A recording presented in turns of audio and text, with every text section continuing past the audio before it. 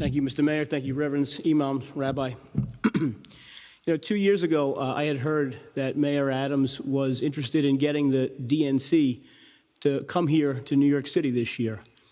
And as soon as I heard it, the first thing I did was I called up Mayor Adams. Actually, I texted him, and I called up some of his people, and I said, make me a part of this. I want to be a part of this. And people said, well, you're a Republican. Why do you want this? Because when things are good for our city in terms of its economic viability, and when things celebrate our democracy, that's something I want to be a part of. And sometimes people criticize me for that, and I've heard the criticism that as being an outspoken conservative, why do I get along with Democrats so good?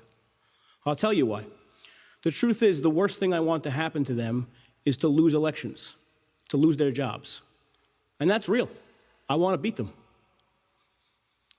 But that's the worst thing I want to happen to my political opponents. That's anger.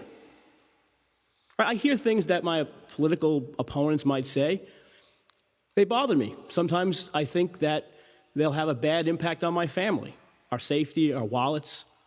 And yes, those things anger me. Anger, in and of itself, is not a bad thing in politics. It's what motivated me to go hang flyers and knock on doors as a volunteer. It's what motivated me to run for office. People who are angry at the system are not the problem in politics. Hate is the problem in politics. The dehumanization of your political opponents is the problem of politics. Anger's been around. Look at the Federalist Papers, number 10. Talks about factionalism, how broken and divided we are. That's anger, not hate. Hate is what causes someone to be so desperate to prevent things that they see happening from happening, that they'll fire at a man who's a grandfather, a father. They'll stop an election by causing that person to die. They'll fire indiscriminately into a crowd of people with children, families, people who are just there because they like the candidate, and rallies are kind of fun. That's the difference between hate and anger in politics. And when you focus on just using your anger productively and running for office and bettering the community that you want to be a part of, those are positives.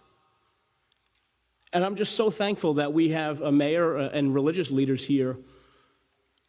Look, I'll level with you. It's easy for me to denounce this attack. I support Donald Trump. It's more difficult for other people to do that. So I commend anyone who's willing to come out and say, enough's enough. The rhetoric has got to cool.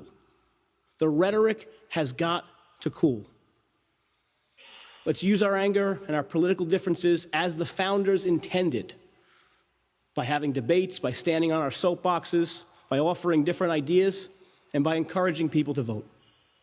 When Trump raised his fist, I would encourage you, many of you who I imagine don't particularly like him or may not vote for him, I hope you see his raising his fist as a defiant gesture against not his political opponents, but of people who would use violence to silence our democracy.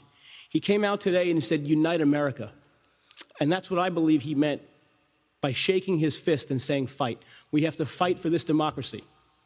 We'll see who wins in November, but we should all fight to preserve our democracy. Thank you.